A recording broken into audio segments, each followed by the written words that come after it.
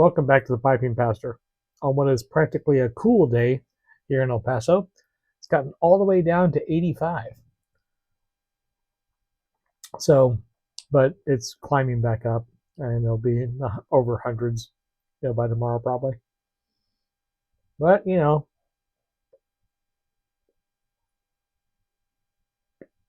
summer in the Southwest. So today, in my Boswell billiard pipe, I'm enjoying some vertical limit again, and I must say I've really gotten to like this tobacco. This time I did it as a cube cut. The nice thing about, well, it's supposed to be a plug. It's more of a cake. But the nice thing about tobaccos that you need to prepare yourself, like plugs and cakes and ropes and so on and so forth, you can style them in different ways to get different flavors out of them. So you can do a ribbon or slice it really, really super thin and make it into a shag, or in this case, I'm doing a cube cut. So this time around, do a cube cut. It's just like a thicker slice and then a couple more slices down, because it's stuck together relatively well and gave it a little more extra drying time, and there's a different flavor.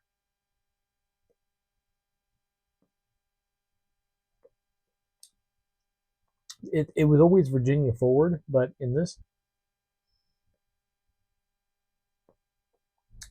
it's just incredibly balanced. So I think cube cut's probably going to be the way to go for me on this one. First time I did it more like a ribbon cut, and it was good, but I think cube cut just brings out more citrus, more of this kind of bright Virginia flavor, even though there's not very much bright Virginia in it at all.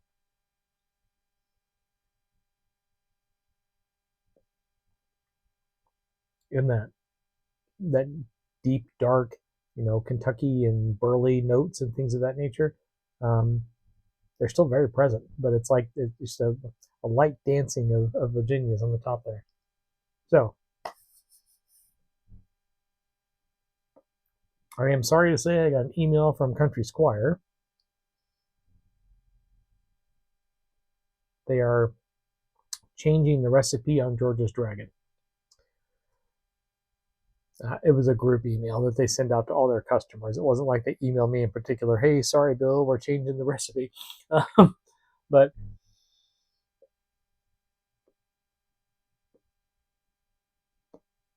I was really bummed out when I got that email. And I was even more upset when I logged onto the site to get the last of the original recipe that was already sold out.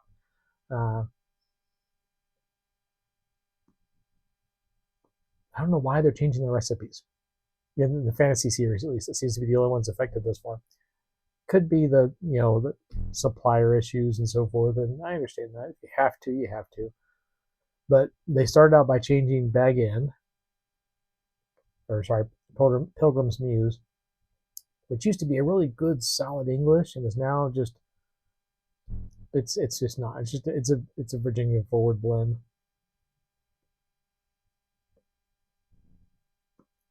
And then George's Dragon, which was their Virginia Burley blend, which I really enjoyed. And had I known they were going to change the recipe, and I would have bought a pound of it a while ago, but too late now. Like I say, I'm getting kind of disappointed with Country Squire,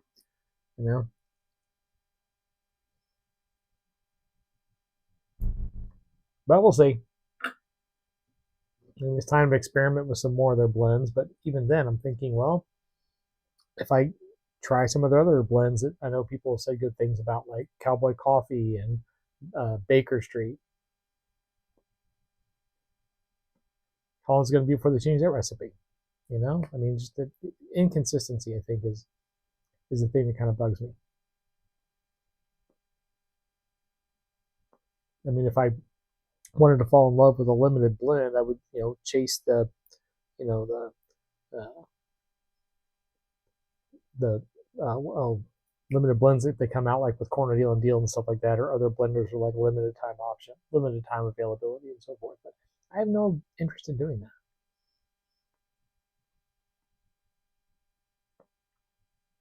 Kind of makes you nostalgic for the old days when you had like half a dozen blends and that was it, and they never changed. But hey, with variety, I guess, comes the possibility of scarcity.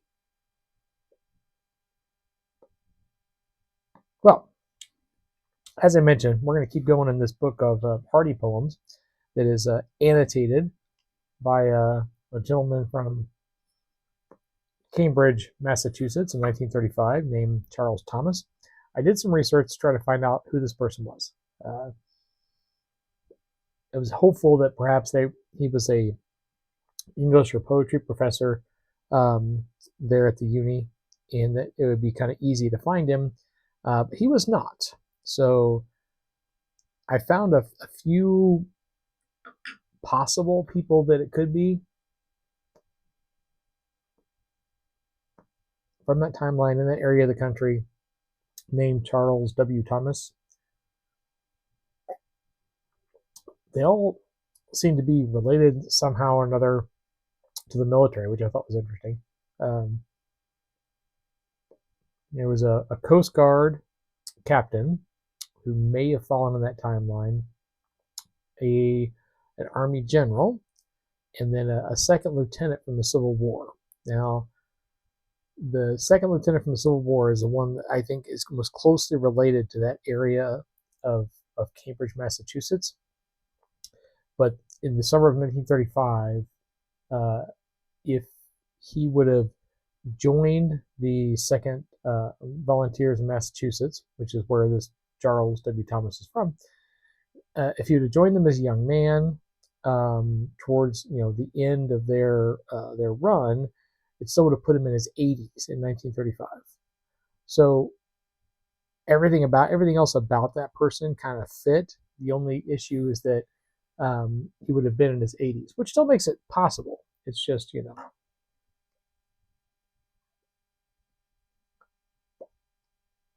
not quite as likely, because if he'd have joined the 2nd Volunteers as an older man, then or joined earlier on with them, then it would have put him up over 90, and not too many people lived past 90 in 1935.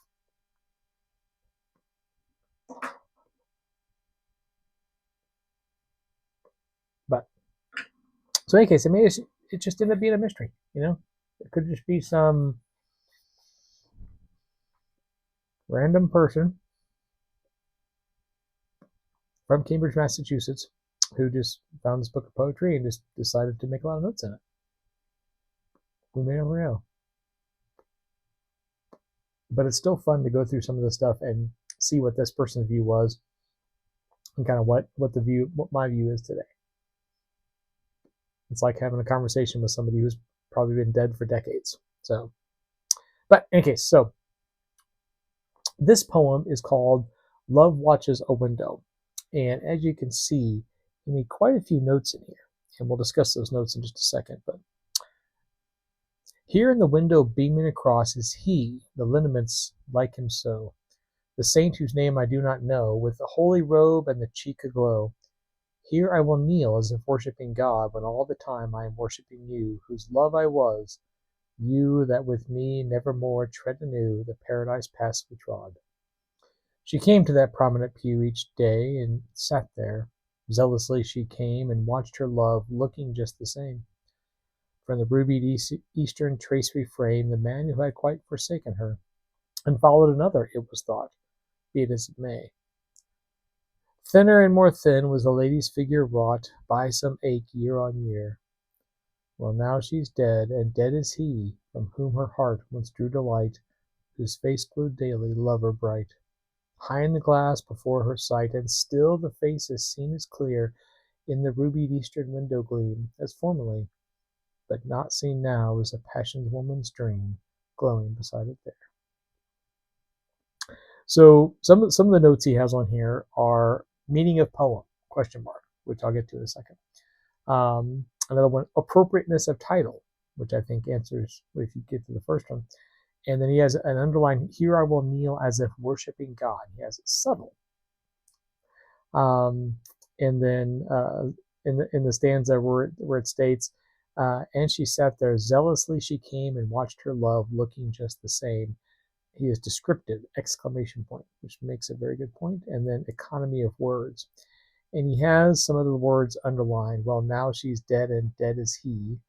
And then, but not seen now as a passionate woman's dream glowing beside it there. So, about this poem. So, this is a poem that Thomas Hardy is writing about a woman he loved who was a devout follower of Christ. And she had a Catholic, to be specific.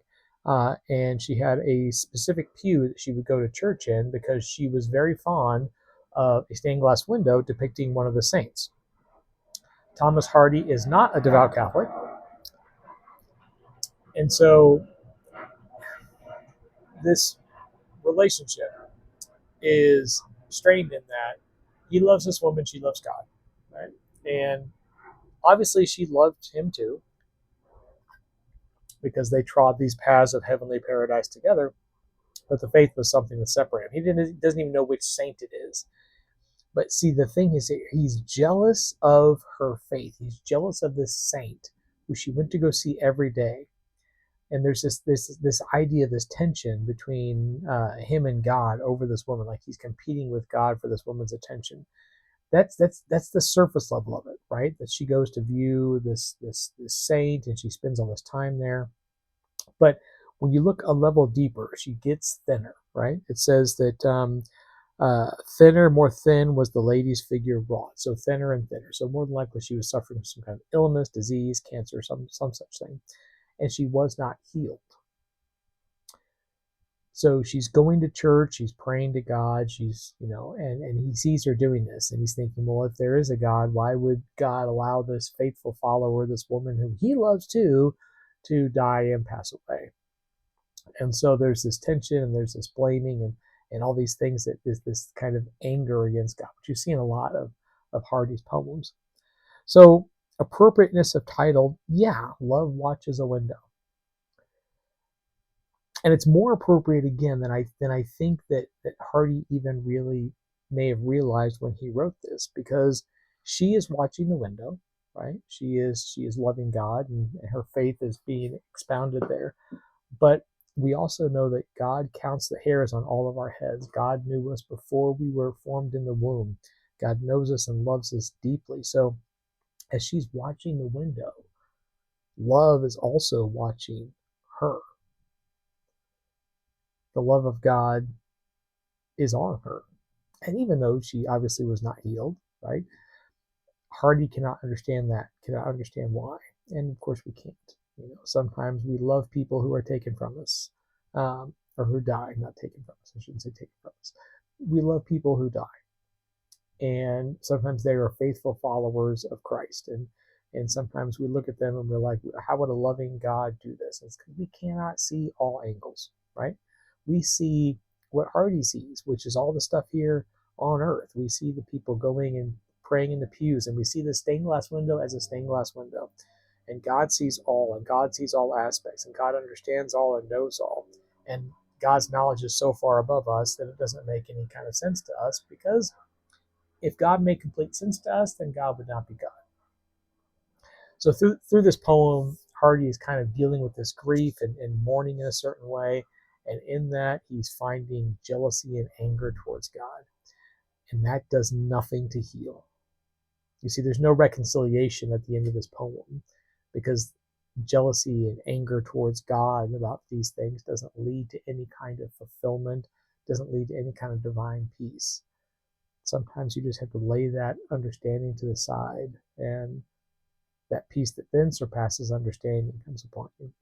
So, meaning of the poem, question mark, from our friend Mr. Thomas there. Well, the meaning is quite simple. We can't understand everything, so all we can do is love God and lean on faith. But, well, that is it for this time. I'm going to turn back to my cold brew coffee on my lovely 85-degree day and enjoy the rest of my vertical limit. I hope you have a lovely week. As always, happy reading.